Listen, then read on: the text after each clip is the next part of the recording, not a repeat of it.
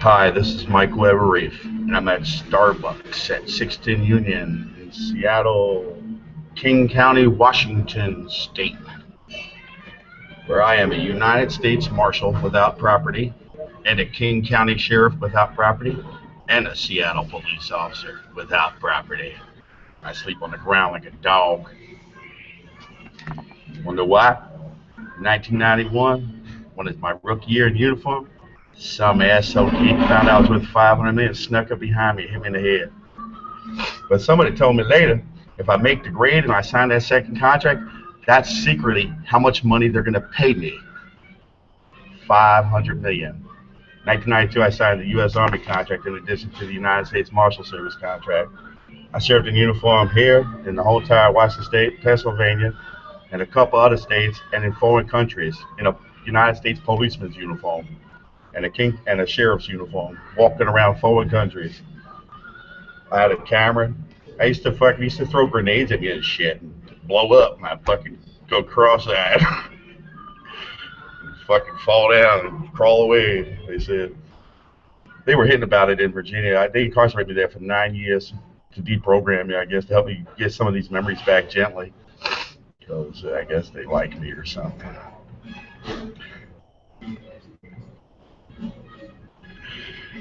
We played baseball. When I got to Powhatan, it's the United States Army. It's the original Army base for the Confederacy in Virginia during the Revolutionary War with the British and during the Civil War with Pennsylvania. And my birthday says Pennsylvania, so they was like Yankee, what's up?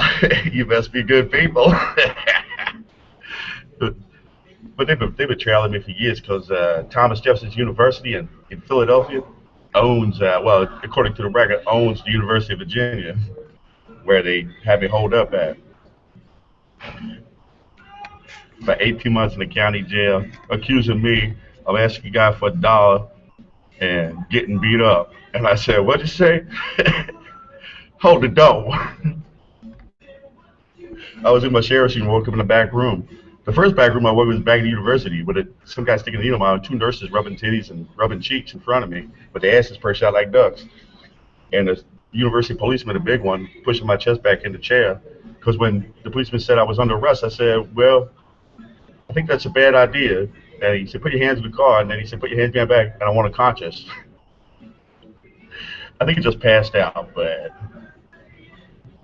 like I said, in 1991, I got hit in the head with a hammer back here. Maybe 25 years ago. I lived with my mother for a while. She threw me out. I didn't understand why. She said, "Mike, making too much." "No, I don't, Mom. I hardly ever talk to you. I feel so bad. I love you so much, Mom." She passed away a couple years ago. I was in prison.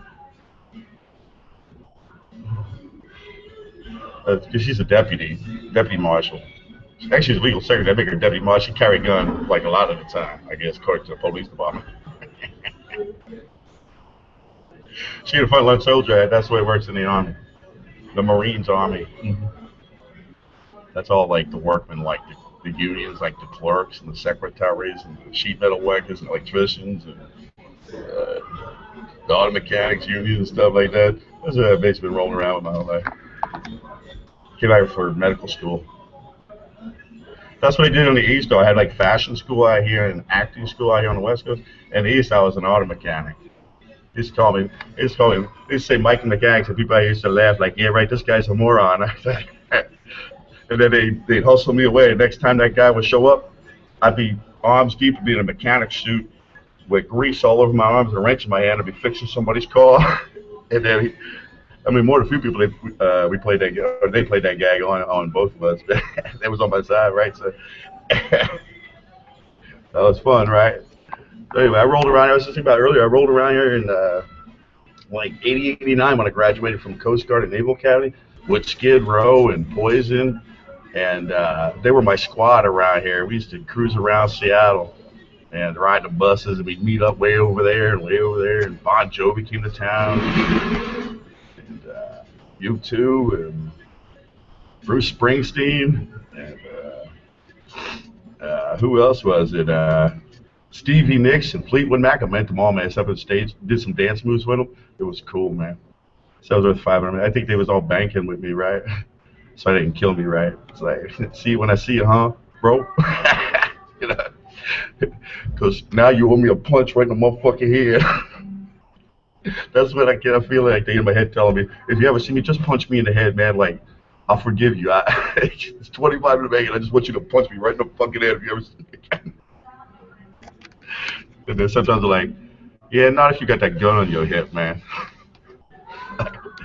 Like good line, man, but it's not gonna work. I'm like, well, accused. Then I hear like voice in my head say, "Why not?" Like, and then I go walking near the police station, and like, it's usually quiet over there when I ain't feeling this way, and I go over there, and it's like 5,000 people standing around the police station.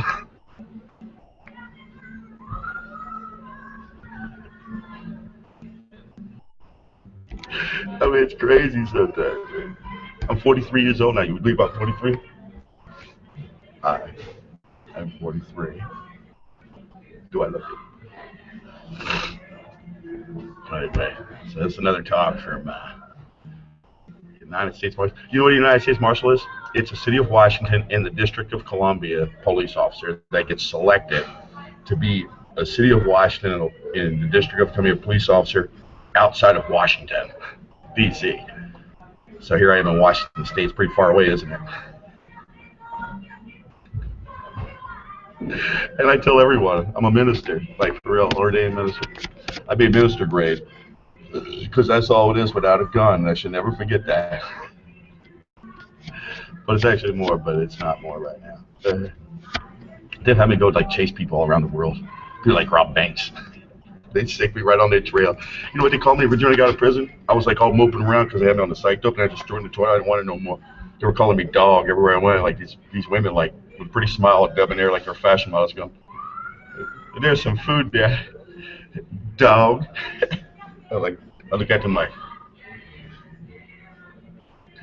yeah, dog, huh? Yeah, I can give you a dog, bitch. This motherfucking wreck one of them just standing there like 500 friends. This little short police officer, city police, she looked at me like I've been up for like I was in the state prison for 3 years and 7 months, and I got out. They put me in a halfway house right across the street from a university, and they brought in the entire United States Army practically for 3 years on the East Coast. The First Army, like looking at me, he used to throw pebbles up in my window, like, "Wake up, come out here and play with us." That's what I did at the University of Virginia for 3 years solid. I didn't run away but once. And I went to the district company. I'm seeking federal assistance from the state of Virginia because to get my fucking nerves. He gave me the guy at the Capitol. He gave me the address between the Episcopal Church and the house behind it over there, like near D Street and Fourth. And there's a bus stop bench right there, practically at that address. And I was like, right on. At least I got a bench. I got the bench. I played pro baseball though for an inning though. Asked my manager if they cared to tell the truth. NHL hockey too. Said it wasn't quite big enough for football. Then some guys came along, got me in the weight room. And I went there as a running back, put me in uniform and everything.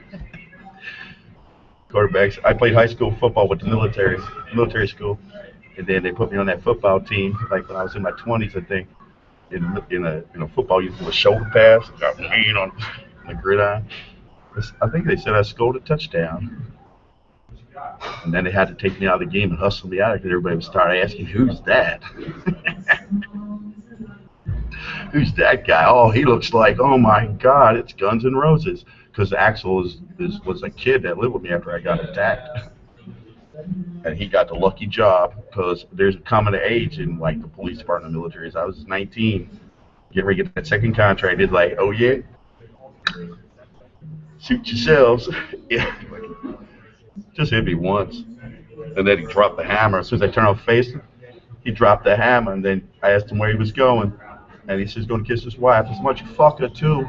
Because you go to jail. And you better hope I don't get there. And he said, oh, yeah, right, man. I think they had me chase down every fucking last one of them almost. with my gun and my policeman were just hunting them all over this fucking town. Because they were making fun. They said, we don't want no manager, ain't no homosexual. I said, oh yeah, we'll see. You don't want no manager? There's a difference between working at motherfucking McDonald's and working at the motherfucking police department. My gun, please. Let's go. That's what it was really all about. Anyway, it was a long time. It was 25 years ago. It's my quarter century graduation, right?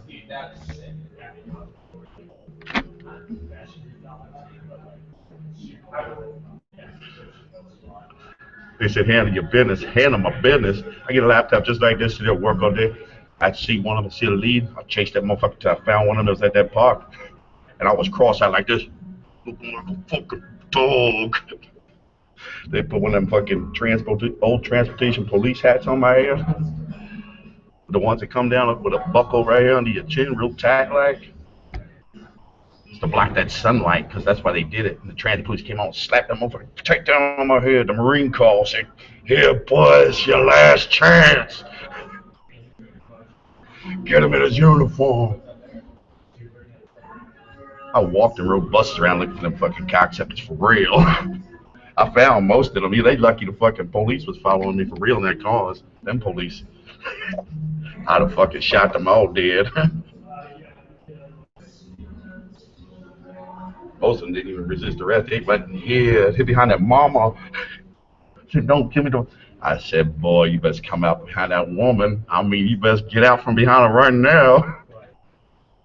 They'd laugh. I took out my baton and start fucking hitting them with it. I said, get out from behind. The boy gun in one hand, baton, he'll just beat this shit out of motherfuckers. Fucking hit me in the head with the hammer. I remember some of it. Then they hit me with so much dope, I went unconscious for like a week. All them doctors and stuff, because they police too. The police, they did that. Then they cleaned it up for a while. Run them off, put them in jail, tell them to get out of there. It was crazy. Then they finally put me in the port of the federal building in a different uniform. I was merciful though. Some of them don't want weapons and stuff like that, and that's a no-go.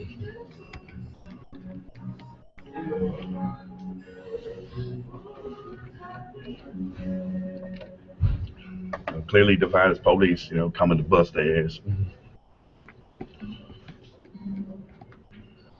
Anyway, that was a long time ago. And I met some pretty good people. I met Sylvester Stallone and John Travolta. John Travolta, I think, took me for a ride in an F-16, except I think I was flying. He was flying blue. He said, you want to try this? I said, yeah. I took him for a ride up in the friendly blue skies up there. It was that one over there, the watch store across the street. When you sit that picture with that jet right there in that director's chair, I'm the guy who took the picture. I was standing there talking to him when the camera crew came up and said, sir, would you care to take a picture? I said, yeah. And they handed me my camera. I turned around and took a picture of John Travolta and an F-14, I think it is. And they said, sir, do you mind if we take a picture? It would go on your account, of course, sir. And I was like, nah, I don't mind. And I stood there standing while John Travolta was sitting there smoking a cigar. John Scott said, now, if you don't mind, boy, I got to be by myself now. No offense to your company. I was like, no offense with me. And I said, let's go. And then we got on the jet. We went somewhere. I'm trying to remember where. Had our guns underneath our fucking coats and our badges and stuff. Fucking cruiser, yeah. And then I remember I must have passed out exhausted and the dope or something. Because I woke up in the back room of the FBI in my FBI dress clothes. Suit. Sitting there answering phones and computer. Typing stuff on the computer. Yes, ma'am. You say somebody stole your car. Like that, and I was typing in all their information into the computer. It was cool, man. It really was. I'll never remember actually shooting anybody there, but I may have. They sent me over to Africa, Asia, Greenland, I think. I was in Greenland. I was in Australia and the Antarctica. And I've been there in India. I was in India. And I've been there 3 or 4 times. police officer, international police. When I was qualified for international, I passed the civil service exam. They sent me on a field trip. It was fun. Worked for Scotland Yard and New Scotland Yard. I just wore regular clothes. Civil service, no. That's the standard hotels. And I was the guy who got the license to kill. There's a group that calls me like 007. They brought me up on 007. I didn't go like public school like everybody else goes to, sort of. I went to more public school, more public like this public, like just sitting in this. Oh, I'm at Starbucks today. Oh, I have a Starbucks. I'm still getting over that, because I never really talked about it. Maybe a little bit. I'm talking to myself, looking at myself. This is me. I'm Michael Edward Reeves. Hey, is this my desk? Wow. I used to drive around a car like this. I show that. I'm gonna find me some more of them. They're hiding over here somewhere. Hey, you were at that podcast, yeah? They'd be like, he's not running away with us. I said, you better stop in the name of the law. I said, boy, I started running up on him. I said, boy, what went on with that park?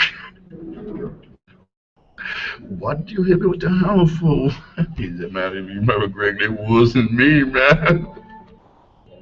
Like, what you mean you don't want no guy that ain't no homosexual being your manager? I gave you $3 million. You told me you were my friends. You wouldn't do that to me. They were like, I'm sorry, man.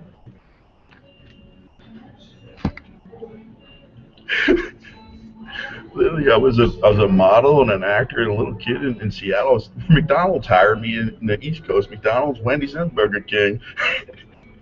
I came out here and got hit with a hammer. Some people were probably really fucking pissed off about that besides me. A long time ago. Disney, though, before that, I was at Disneyland wearing the stuffed animal suit. The greeter at the park. That was fun. I did that twice. And I was an elf in Santa Claus with Nordstrom's in Seattle, 88, 89. That was fun. There were a lot of pretty ladies here today. They're wearing their good clothes.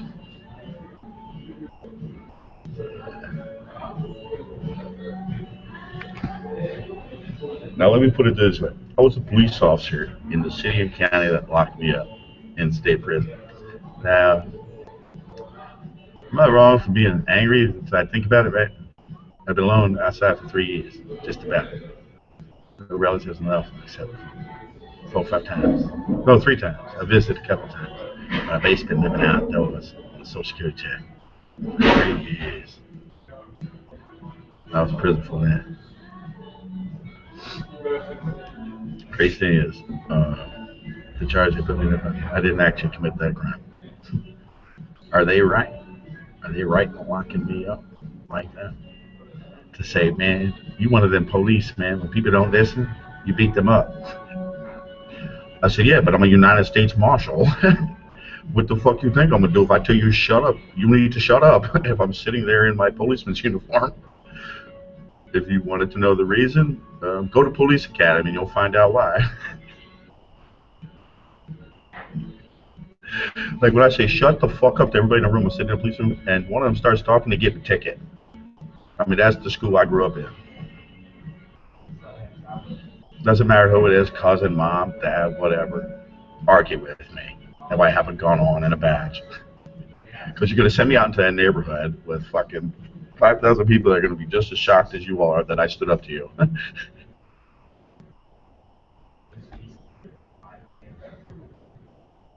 I'm a nervous wreck, baby. Come on, guys. Almost made it to the Olympics. In fact, I did, but I was a stand-in, just like in the Pink Floyd video for The Wall at Buckingham Palace in England.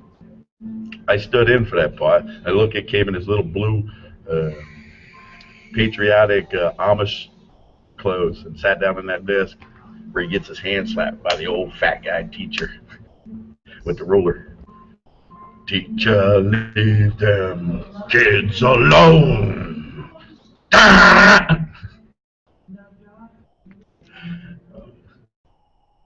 Hey teacher, leave them kids alone. All in all, you're just another brick in the wall.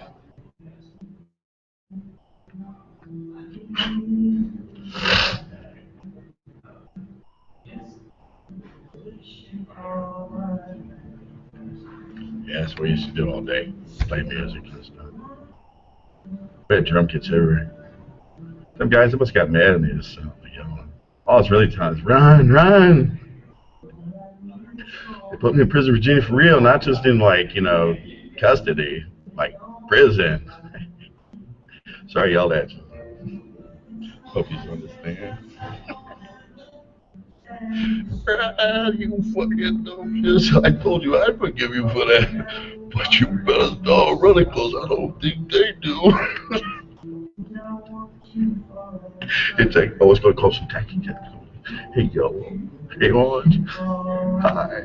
Remember me? Dun, dun, dun, dun, dun, dun, dun, dun, dun, dun. Hey, teacher, leave them kids alone. Yeah. Dun, dun, dun, dun, dun, dun, dun, dun.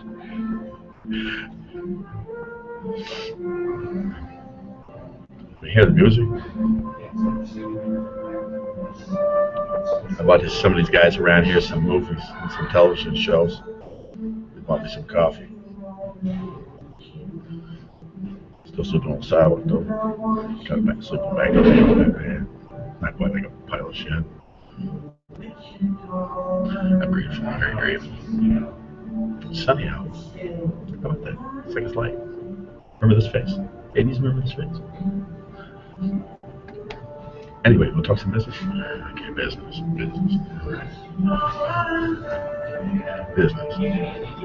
Business is defined as the sheriff's going to grow stuff and make it out in the county. He's going to bring it to me. I'm going to sell it.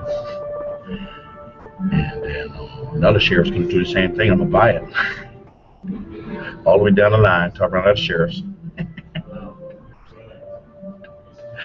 That's business.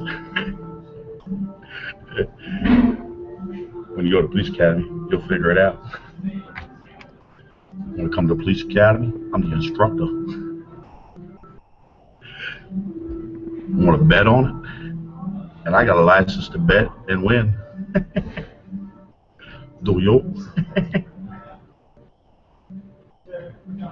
That's the difference between me and most of you. I'm for real, and you're for shit. Yeah, I'm a Republican. Was sworn in every last one of them buildings that say government on them.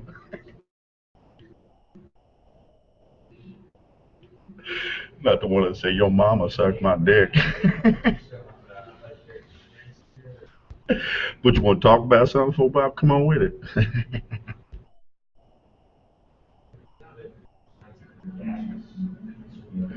No, that's how long I've been here. 25 years, man. That's 25 years. Looks like 7, doesn't it? 7 of 9. 7 of 9.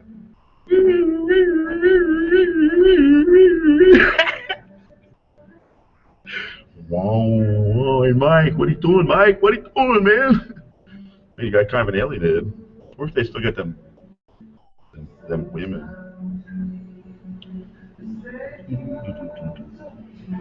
In the alien suits along the escalator at the Seattle Public Library. I'm not allowed in there for 2 years.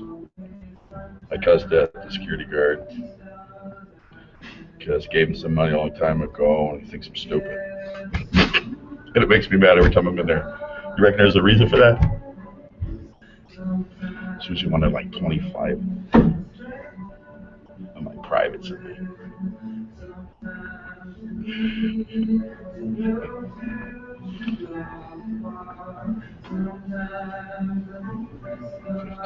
They don't like me inside, some of them. At the library. They don't like the library. Hey, why don't they like the library, man? Like back in school, I used to tell them, take the corner off there. Why don't you put some algebra on there? You should learn something. You should do something with your life. Reagan's probably.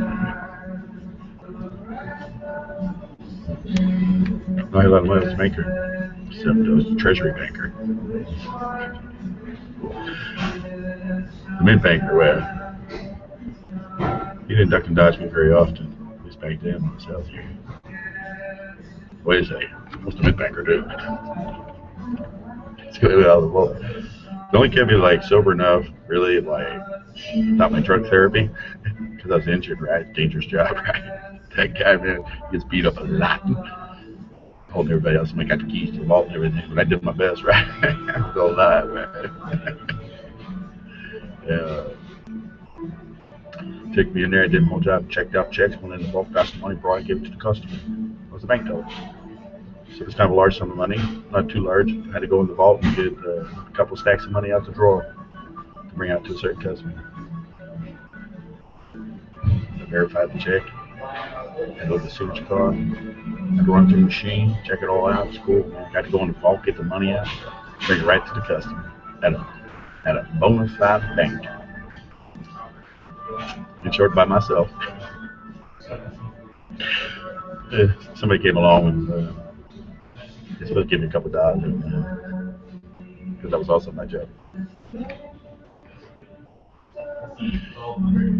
See, power corrupts and so does money. So some people's good about it, well, some people ain't. They mean, man, they tough, they mean, that's my money. You want something? Lick my boot, that lick your butt, suck my dick. Do what? Will you kiss me there? I don't know, I kiss you on the forehead and hug you, I guess. You want to put your arms over the top of mine or something? Like, look at them like that. That's what it really was back then, gee. It's kind of crazy. I wonder if I ever did this. I was looking on a site, and in Philadelphia they have, like, I think I was there. It's like a hotel for the CBS. And we had computers like this. And they just sit in the bed next to my computer. In fact, I think I saw the girl that's in my room. She's a foxy looking chick, man, for real. It was one of the best experiences ever. Except it was said it wasn't really the right type. And everyone was like, no, we should keep him. It involves a lot of like, we should grow up right. Like I grew up on places where a lot of people died. And playing house and doctor. I grew up in a household like that. And I took right to it. And I was like that little kid, golden locks, and Goldilocks. He's called me Goldilocks, like golden hair. The little kid running around with golden hair, getting chased by the boogeyman, and the penguin, and the Captain Hook, and Peter Pan, all the storybook characters. It was fun. Sometimes I was the Hobgoblin, but hardly ever. I was the Lion King.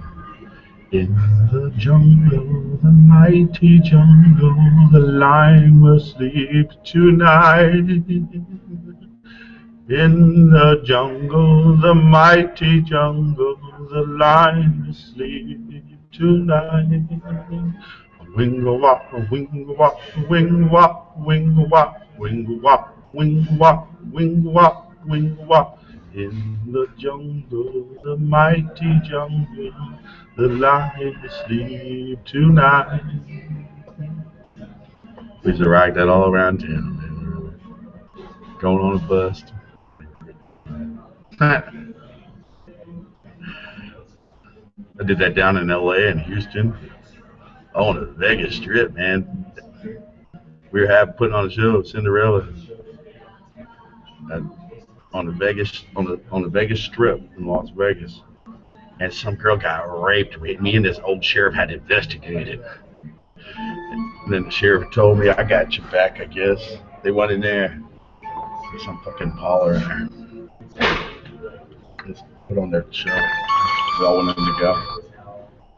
Hello? Yeah, this is he. Who am I speaking to? Hi, how are you, Lisa, from Western Governors University? What you want?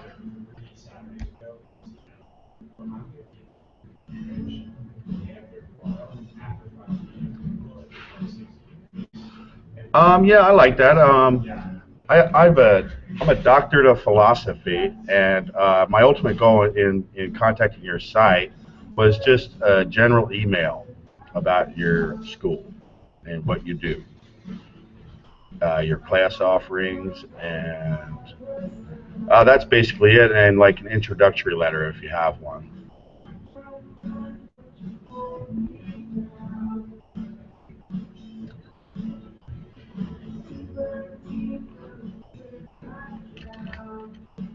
Uh-huh. Yeah, that's what I was thinking. Like in a weekly newsletter or something like that. I'm really interested in your school, and I want to set aside some time to read about it.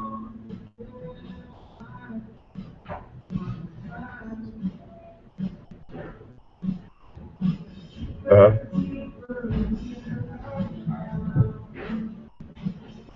okay. Yeah, I grew up in the civil service college. My dad was a federal policeman, and my mother was a clerk, and a legal secretary, in fact. And I became a United States Marshal in 1992. In 1988, I became a United States Magistrate. And right before that, I graduated the Coast Guard Naval Academy in the Puget Sound area. And I went right to police work. I got hired by Los Angeles too, the police department. And I was more of a forensics person because I was only 16. But I was fully licensed to carry a weapon, a firearm, and I had a uniform. And I was a doctor. I mean, I still am a doctor, but obviously, United States Marshal, I can't make any money practicing law.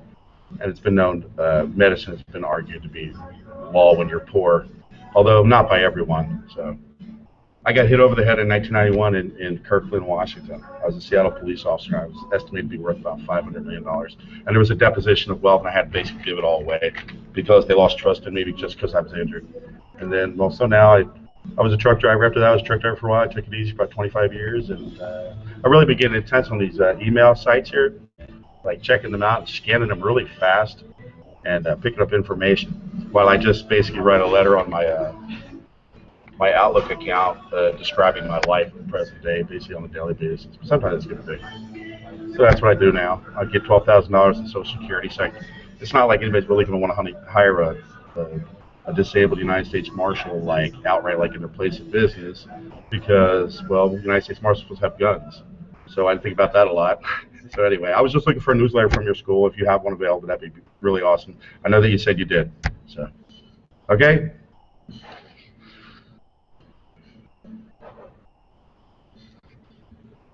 Yeah, yeah, because the deposition of wealth was here in the Puget Sound. That's where I am now, and it was over at the federal building. I was in a federal marshal's uniform for a little while, and I was in my Seattle police uniform, going and looking for. There was like about 50 people at the park, and I guess part of the job was if that ever happened, we have to go round them up and all that stuff. And so we drove all around town. I was looking for them and stuff, and then I guess we caught enough of them. That wasn't really my call. It was kind of my call, and then well, I had some cooling off time over at the federal building, and I was kind of really sort of out of it.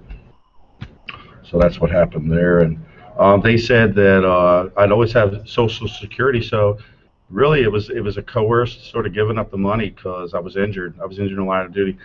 And well, Philadelphia. I see. I signed on the magistrate service in Denver, and Philadelphia followed up with the judge contract, the Army law enforcement contract. So I actually really am a United States Marshal, and I think about that a lot too. Yeah, yeah, it might be really good for your school. I mean, your political science class. I mean, that's a true story. My name is Michael Everett. You have all the information there, and it might be good for your history students or your social scientists and stuff like that. I notice sometimes, obviously it took 5 senators to make me a magistrate and the United States president. Then it took the United States president 5 more senators to make me a marshal. So I ran around with all those people, like Guns N' Roses and Whitney Houston, and the Hollywood crowd during the election time. It was a really good experience. Yeah, yeah, very much. Yeah, yeah. Well, I hope that your newsletter from your school is equally as interesting.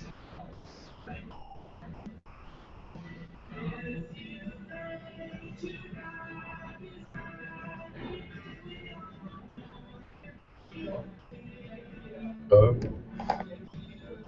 what's your name again? Lisa? Okay, Lisa. Do you have a last name? Okay. Well, I'm gonna let you go because I'm in the middle of doing something right now.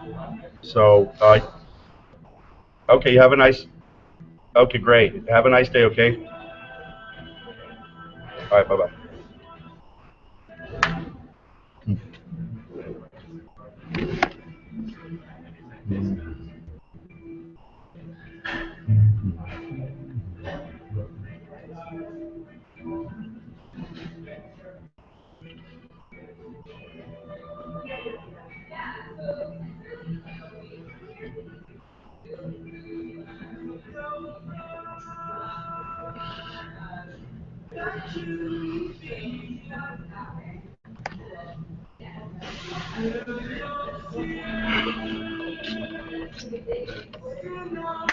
I I wanna fly. I I wanna fly.